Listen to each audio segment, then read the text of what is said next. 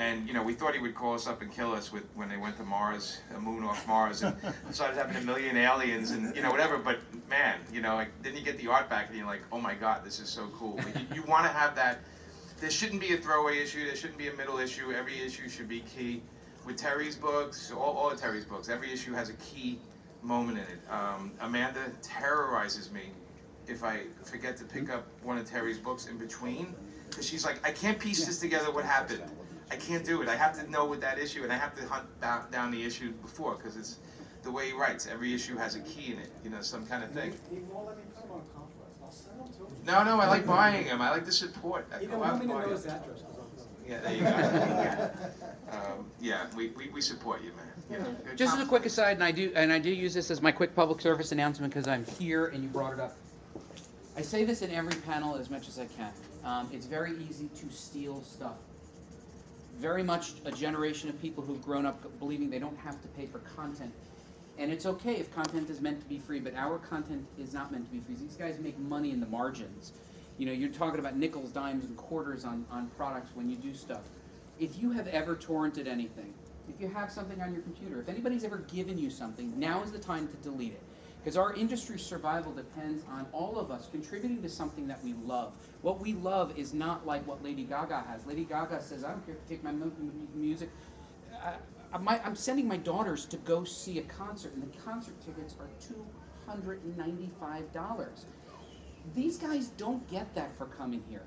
They get the money on the books they sell. So please, the one big public service announcement is we work very hard, and these guys work very hard. If you have anything torrented on your computers, delete it today. And don't tolerate it from anybody else. If anybody tells you they're stealing stuff, the best way for us to do it is not to approve of it. You know what? It used to be cool to drink and drive. We would brag about it. It's like, I got so fucking drunk last night and I drove home. Why are you looking at me? Because you got me on the beer go. Yeah. But we made that not okay. And it's not okay to steal comics. And I don't want you to do it. And I want you to go ahead and be an advocate for the medium that you love. Yeah. So. It's very important. It is, because honestly, you guys, we don't make royalties on comics until they sell over 60,000 copies for the big companies. Now, if you guys look at the list, there's only like around 8 books that go over those numbers. So I just want you to understand, we live, because you guys are going to get in the business, we live for the page rate, right?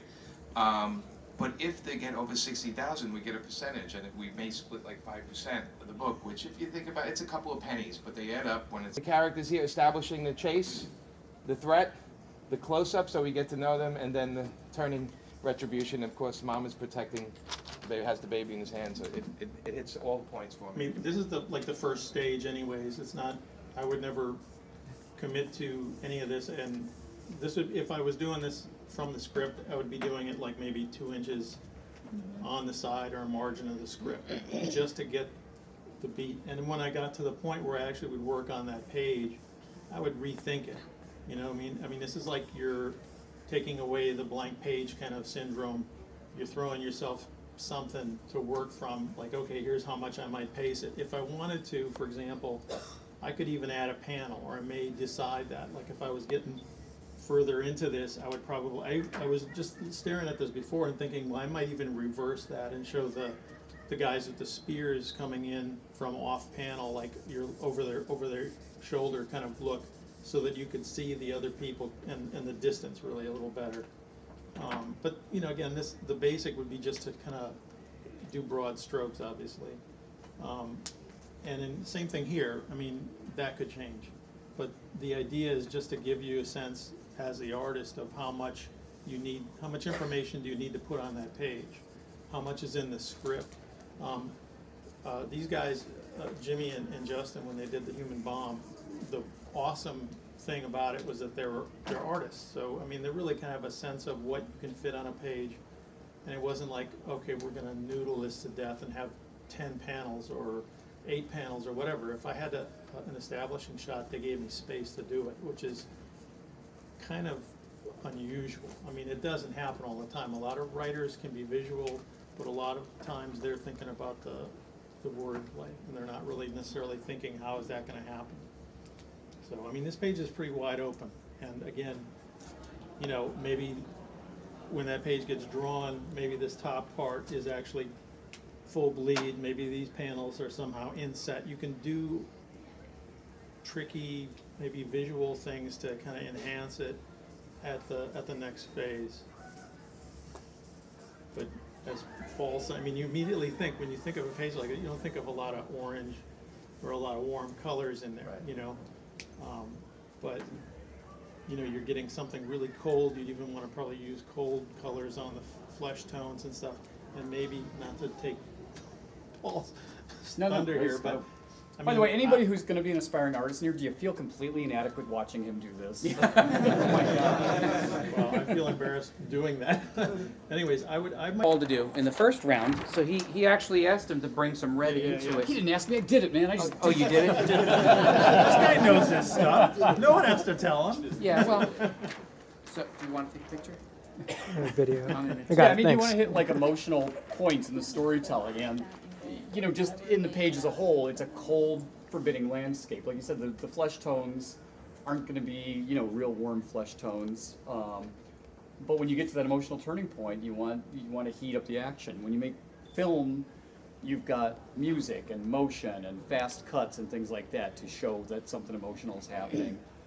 With comics, we have the tools that we have, and color and line is pretty much it. So the Sound breakdown's effects, a Jimmy little will do different, sound right? effects. Yeah, breakdown's different. I mean, Jerry, the breakdown is a little different. Yeah, Yeah. I mean, we approach it somewhat similar. I think, in my case, you know, I think I would have saved most of my detail for a kind of close-up. Mhm. In other words, I mean, I think here I almost would even be tempted to silhouette them to a degree, you know? Up here?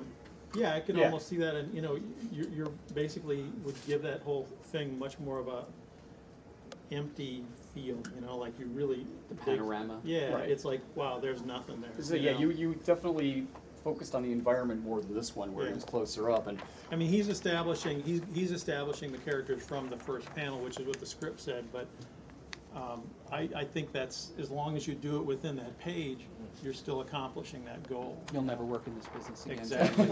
I mean, we talked a little bit. There's three types of contrast color-wise. There's, you know, light against dark, warm against cool, and saturated against unsaturated. So we've got this light blue, cold landscape. Like you said, we almost silhouette the characters. You said I made them almost like grays. I laid in the grays before I even started laying in any color on them, so they're just reading as a shape. And he did the same thing with the shapes of the mountains here, the blacks down here.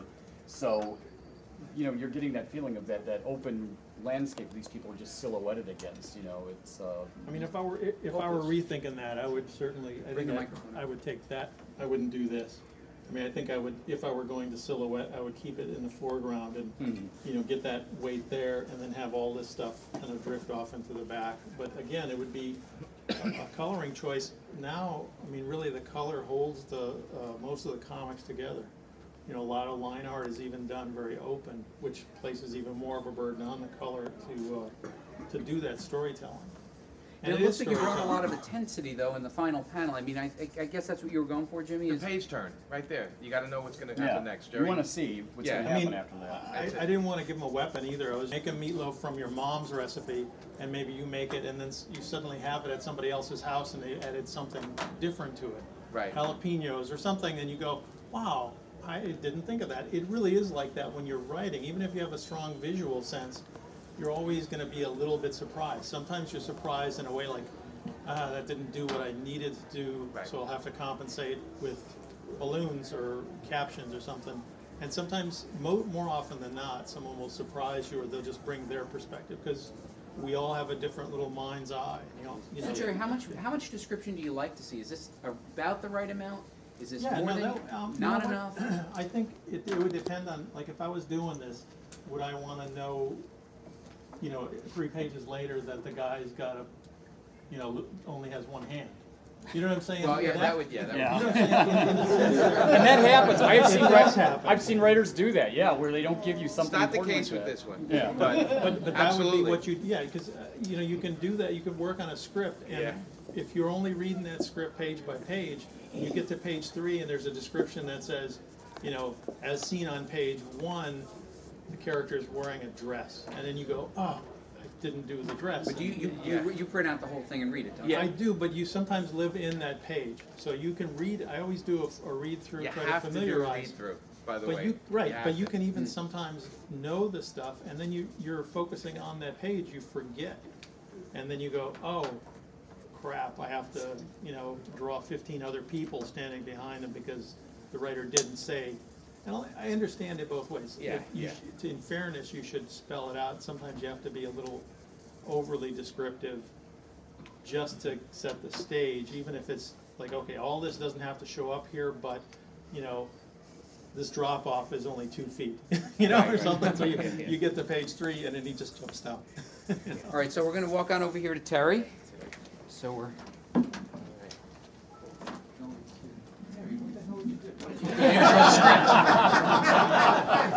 He cheated. I tweaked the script. I knew you didn't mean that word. Okay, so I start off with this. These guys would be grayed out as they come in through the heavy snow, and at first you may not even see the baby, and there's a lot of snow kicking up at their feet, and there's that gray sky thing, that winter sky thing going on up there. And this snow is not all white. It was, when you get that beautiful snow in the Arctic, it's more like purples and blues, so they have that gorgeous sheen to it. And then you pull back this shot, by the second panel, you're in the Arctic or somewhere. And then the problem is the cliff, so I thought that's worth a lot of panel. So you need to have some idea. And the cliff goes all the way down to the parking garage. But I can't show that, so at least I can give you these mountaintops down here at the very bottom, and those guys are tall, so this keeps going. So it's not an option. And she's standing back, and he's closer leaning over, and there's crap falling over here, and there's birds down here, probably pterodactyls or some sort of weird fuzzy new dinosaur we haven't really even discovered yet. So he turns around and says, oh, you said turn right. And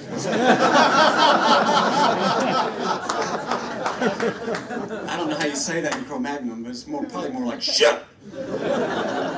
Anyway, so she's got all the stuff, and now you can see the baby, and if you can get the right shot on the baby face, maybe it can tug your heart a little bit. If you get a cute baby, you can use my baby photo if you want. Yeah, a really cute Cro-Magnon baby. Yeah, they actually look like little lizards. And then, anyway, he turns around and you want to share the look between. I share the look between these two, and all the pain of the situation should be on his face. And if he's got that old weathered face like Bob Chapman, it'll show, Jeff Bridges' face, and